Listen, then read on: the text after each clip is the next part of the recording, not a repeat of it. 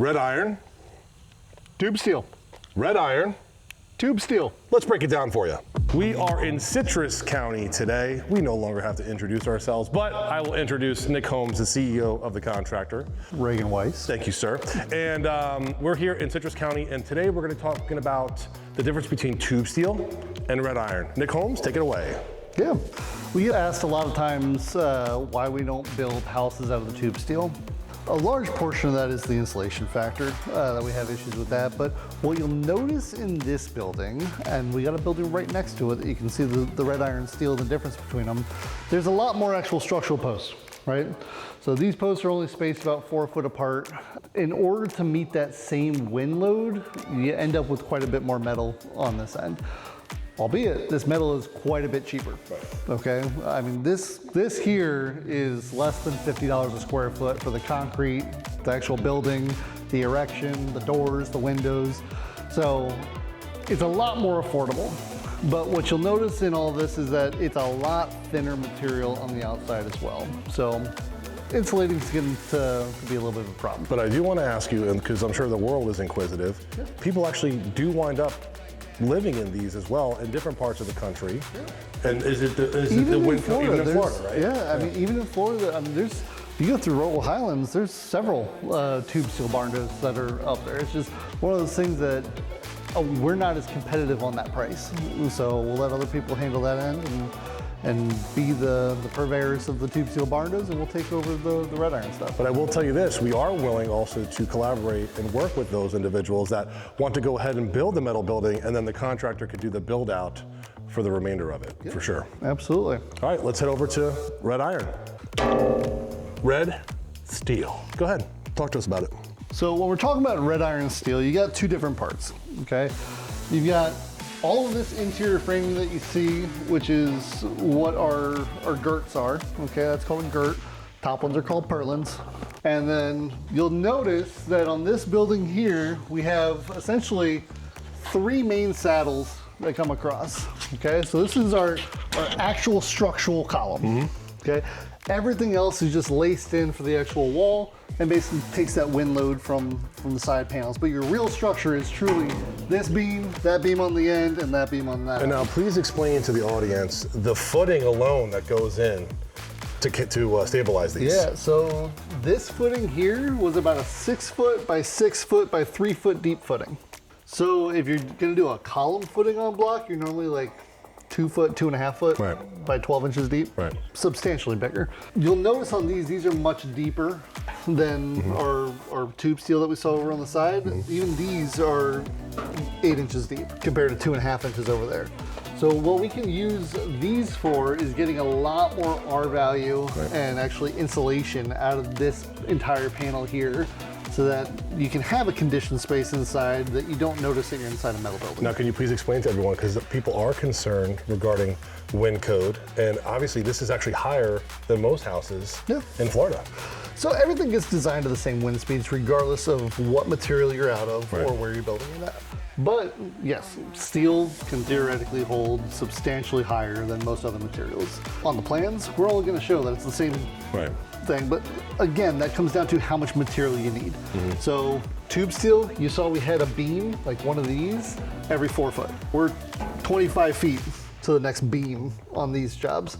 So you can use a lot less structural material, larger material in red iron than you can in tube steel. For people in other parts of the country though, that always see Florida as like, oh my gosh, it's a panic world down there. You know, hurricanes are always coming down there.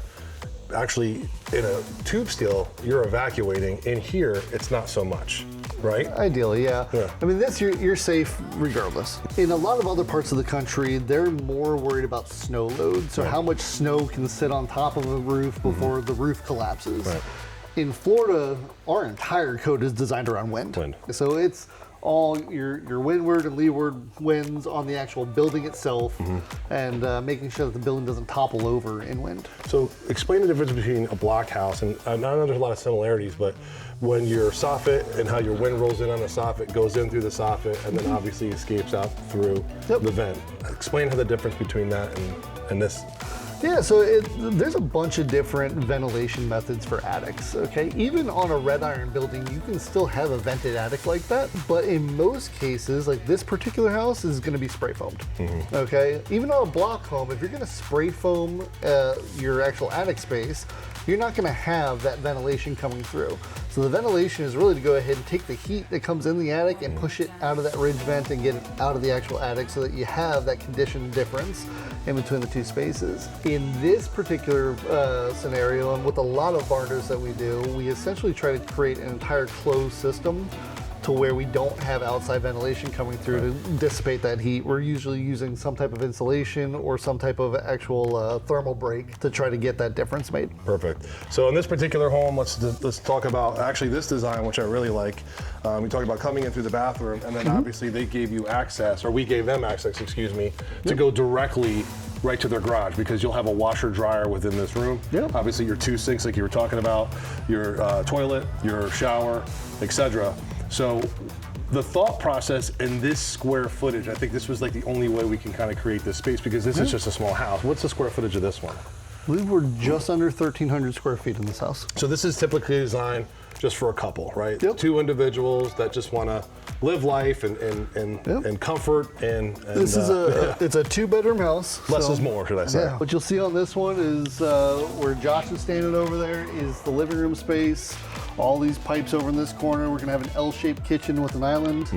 And then, yeah, we've got a room here that's segmented into 3 different stages with barn doors.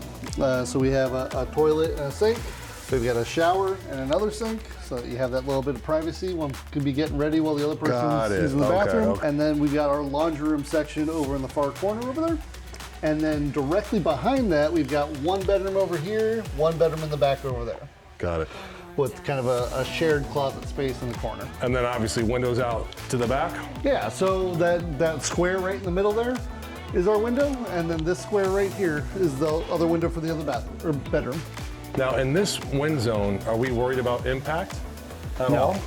No, so impact isn't typically required until you're in the 160 range or you're within a mile of the coast. So you guys got to understand, when you're looking at the map of Florida, there's actually radiuses, if you will, half radiuses, if you will, of wind codes. So we're so far off the Gulf of America that we really don't have to worry about those codes. And we're so far off the Atlantic on the other side. This is actually an ideal spot to do that. So you're actually saving money on windows living in this location, because if you're anywhere near the Gulf, we're talking what, double, triple the cost in windows. I will say these particular homeowners decided to go with impact windows just because of how many trees you see around us. Understood. You know, so even though you're not in a quote unquote impact zone for a mandated impact window, they still want the peace of mind.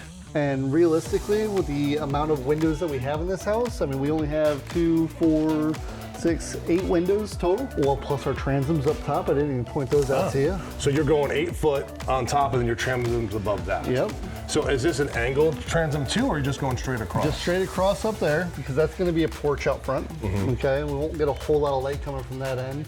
But if you see that top rail up there where we have kind of those 3 different boxes set up top, yes, those are all going to be transom windows. Okay, all right, I see that. Yep. That's awesome. What do you call this, Nick, for the people that don't know your roof pitch elevation? Would this be a lean-to, a shed pitch? We just call it a monoslope. Monoslope. Yep, Okay. one slope. We talk about it often in Barndos, where if you have vaulted ceilings and we want all that loft that people want out of these Barndos, that a lot of times our problem we run into is with the AC. So this is all gonna be spiral duct, black spiral duct AC all the way through. That's basically elevated into that top corner, kind of where those transom windows are gonna be. That brought up kind of an interesting design aspect to what we were doing, but they'll be running spiral duct through the living room on that side, then we're gonna run it through this closet and pop out into this bedroom over here.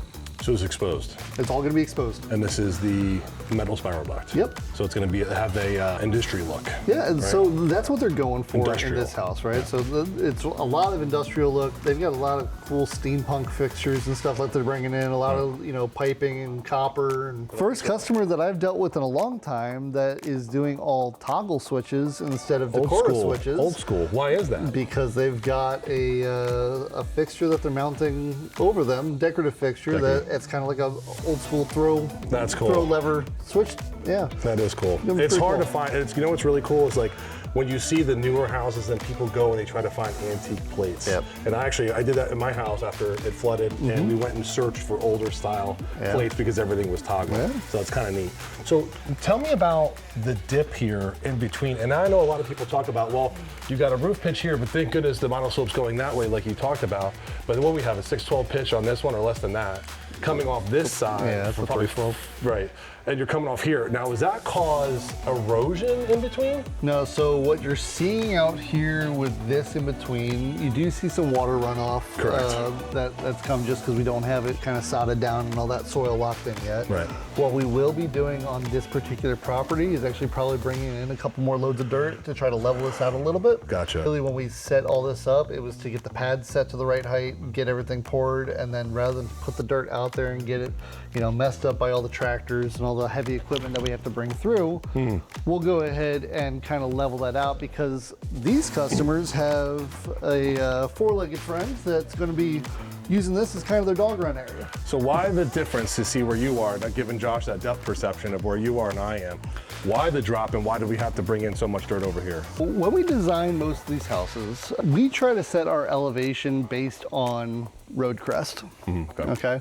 So we try to get our houses to be at least level with the road out there. On certain lots, we can apply for exemptions to get out of those height requirements because I don't think people realize dirt's expensive. Very expensive. I mean, the dirt that you see out here and the land clearing and everything that was involved was almost $30,000. And it's shipped in. It's from a different different part of the land. Yep. Notice the color, folks. Not very typical for this side of the country.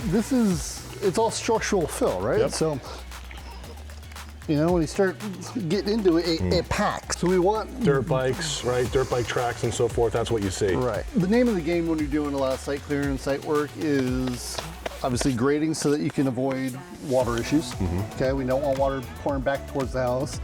And then we also want to go ahead and try to limit the amount of dirt that we have to bring in just to reduce cost. What we'll end up doing on this, like I said though, is we'll fill all this in. It'll be a little bit more of a gradual slope between the two, so it's not so drastic.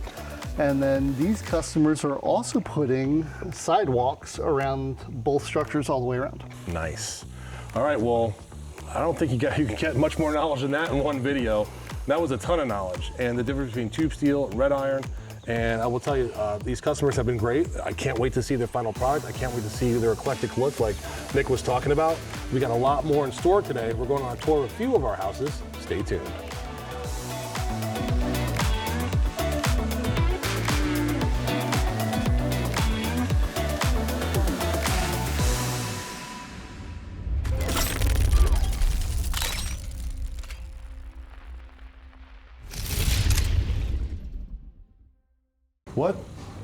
What? Stop filming me!